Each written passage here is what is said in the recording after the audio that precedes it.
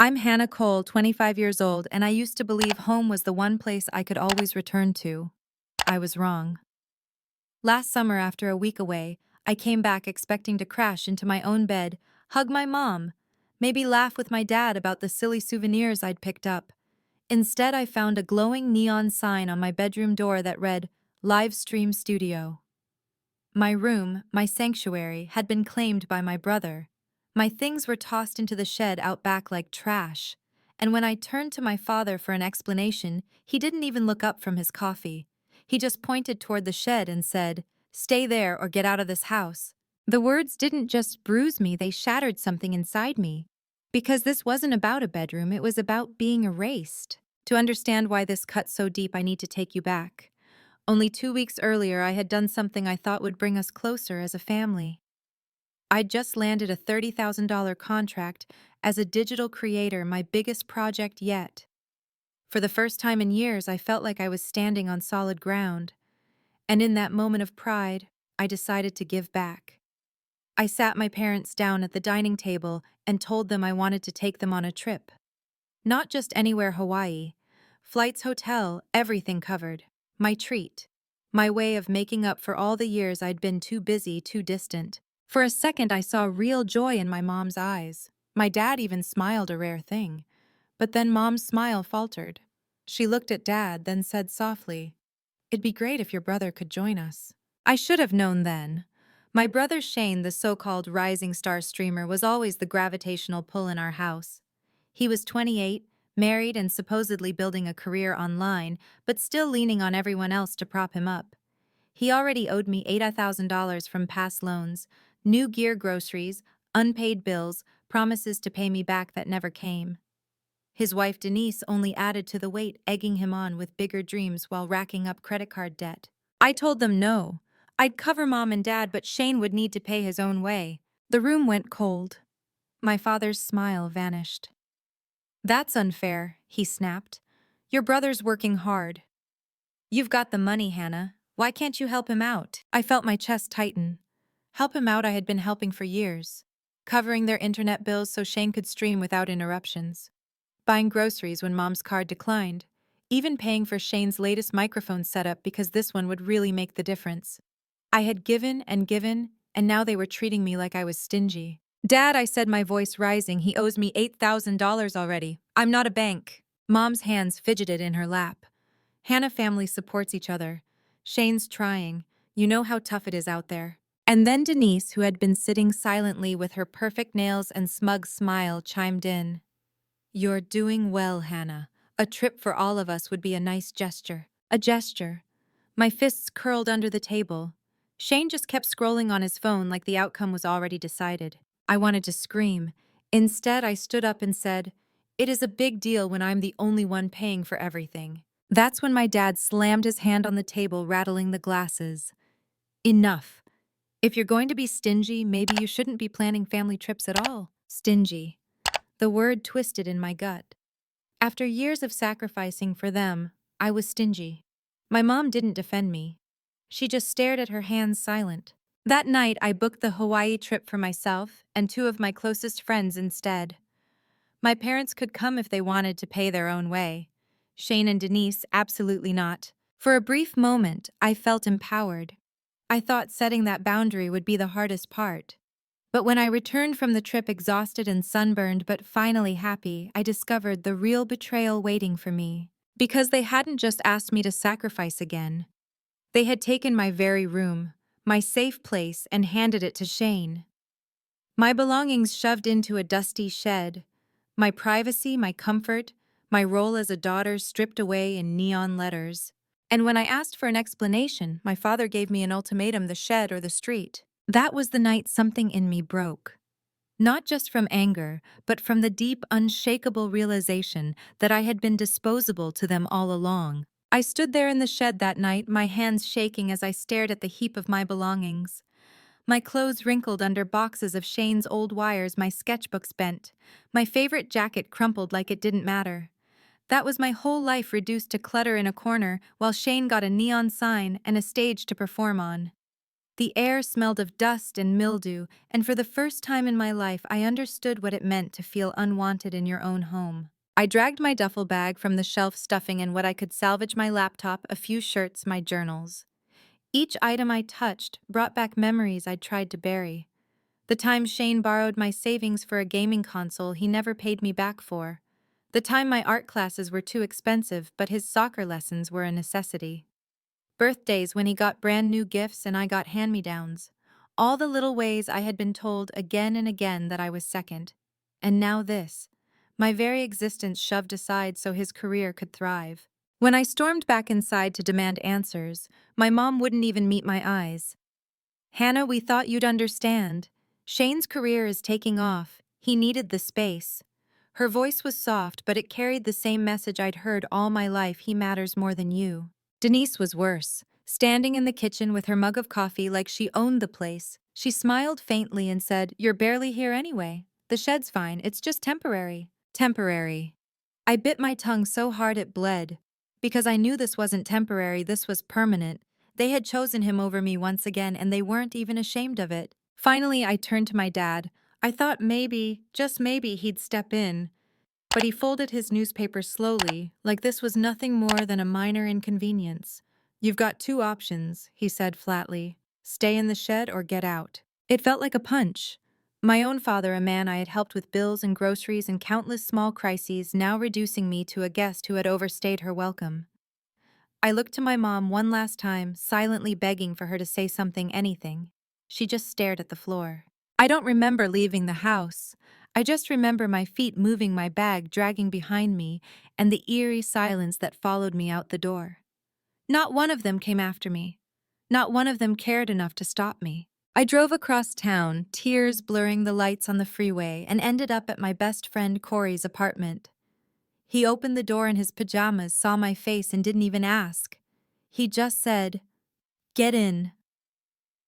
That night, lying on his air mattress, I realized I hadn't just lost a room. I had lost a family. Or maybe I thought bitterly I had finally seen the truth: I never really had one. The next few days were a blur of exhaustion and anger. Corey and our other friend Vance helped me find an apartment downtown, small, but mine. Signing that lease felt like the first breath of oxygen after years of drowning. I worked day and night, throwing myself into content creation, brand deals, anything to rebuild what I had almost lost. Within months, I wasn't just surviving, I was thriving. Contracts rolled in, my income doubled. For once, I was living for myself, not for the people who only saw me as a safety net. But late at night, when the world went quiet, the pain came creeping back. I replayed the moment my dad told me to stay in the shed, the way Denise brushed me off like I was disposable, the way my mom stayed silent. Those silences echoed louder than any insult. And no matter how much success I built, a part of me still bled from that betrayal. Almost a year later, I thought I had finally healed. I thought I had put them behind me. Then my phone lit up: 60 missed calls from my mom, and a text that simply read, "Where are you? We need you." I stared at the screen, my heart pounding. After everything, after the shed, after the silence, why now? Why were they suddenly desperate to find me? I sat frozen on my couch, my phone buzzing again and again like a wasp I couldn't swat away. 60 missed calls, all from my mom, and a voicemail so shaky I barely recognized her voice. "Hannah, please call me back. We're in trouble. Shane needs you." Those last 3 words felt like acid. Shane needs you. Even after a year of silence, even after they'd shoved me into a shed and told me to get out, I was still nothing more than the lifeline for my brother's chaos. My thumb hovered over the screen, torn between deleting it all and finally hearing what kind of disaster had blown up this time. I called Corey instead. He picked up on the first ring. "Hey, you sound off. What's going on?" I told him everything: the text, the missed calls, the voicemail. He listened quietly, then said, "Don't do this alone. Meet me at the cafe, bring your phone. We'll figure it out together." When I arrived, Vance was already there too, his expression tight with concern. We slid into a corner booth and I pressed play on the voicemail. My mom's voice filled the air, cracked and broken. "Hannah, we had to sell the house. Shane's in trouble, please. He owes so much money. Call me back." The words landed like stones in my chest. They'd sold the house. My childhood home, the one I'd poured money into for years, paying utilities, groceries, even internet bills, so Shane could stream uninterrupted. Gone. All because of him. I finally called her back. She answered before the first ring finished, her voice frantic. Hannah, thank God. Shane's lost everything. His sponsors dropped him. He's in debt, gambling debts, tens of thousands of dollars. We had no choice but to sell the house to cover some of it. We need help. We need your help. I sat there, gripping the phone so tightly my knuckles ached. She wasn't calling to ask how I was. She wasn't calling to apologize. She was calling because once again Shane needed saving. What do you want from me? I asked, my voice flat. There was a pause, then a whisper. Money. Maybe a place to stay until we figure things out. I almost laughed, but the sound caught in my throat. After throwing me into a shed, after kicking me out like garbage, they wanted a bed in my apartment. They wanted money from the daughter who had already given everything until she broke. Before I could respond, I heard Denise's voice in the background. She must have been on speaker. Hannah, please. Shane's a mess. We're family. You're doing so well now. Can't you help us? That word family burned hotter than fire. Where was family when my dad gave me two options, the shed or the street? Where was family when my mom averted her eyes? When Denise smirked? When Shane took everything and never looked back? My hands shook, but my voice was steady. You don't get to call me family now. You made your choices. Shane made his. I'm not cleaning up this mess. There was silence, the kind that stretches like a wire about to snap. Then Mom's voice trembling. Hannah, please. I hung up. Corey and Vance just stared at me, a mix of shock and pride in their eyes. You did the right thing, Vance said softly. Corey nodded, leaning forward. They can't expect you to fix their lives after what they did. Not anymore. I wanted to believe them. But as I sat there in that cafe, my chest ached with the kind of grief that has no clean edges, because the truth was, I had lost them long before that call. This was just the final nail hammered in by their desperation. In the weeks that followed, word spread through mutual friends. Shane's debts were bigger than I imagined, his streaming career dead, his sponsors gone. My parents were living in a cramped rental, their pride shattered, their voices no longer smug, but small. Denise scrambled for jobs, but her name was tied to his downfall. Sometimes I felt a flicker of pity, like a faint light that wouldn't fully die. But it was quickly smothered by memory, the shed, the neon sign, my father's voice telling me to get out. I had given enough of my life to their chaos. Now, finally, I was done. Weeks passed, and the silence from my family stretched longer than ever before. No more desperate voicemails, no more texts begging for money. Just nothing. It should have felt like relief, but it didn't. It felt like standing in the wreckage of a home that had already burned down, staring at ashes, and wondering if there was ever truly a fire to begin with. I poured myself into work, into building the life I'd clawed out of the rubble. My content grew, my income stabilized, and my little apartment finally started to feel like a home. I bought furniture that was mine alone, decorated walls with my own art, planted herbs in the kitchen window. Every detail reminded me I was building something that no one could take away from me again. But late at night, lying awake, memories crawled back. The way my dad's voice had gone so flat when he said, "Stay in the shed or get out." The way my mom folded towels as if nothing was happening while Denise claimed my room wasn't really mine. The way Shane smirked, always so sure the world would bend to him. Those weren't just moments, they were cuts, and they hadn't healed. One evening, Corey dropped by with takeout and a bottle of cheap wine. He sprawled across my couch like he owned it, cracking jokes to make me laugh. "You're killing it, Hannah," he said, raising his glass. "They don't deserve you." I smiled, but my chest tightened. "Why does it still hurt then?" I asked quietly. He set the glass down and looked at me, his expression serious. "Because they're your family. And because deep down you wanted them to choose you, but they didn't. That wound doesn't close overnight." His words hit hard. I wanted to be past it, but grief doesn't move in straight lines.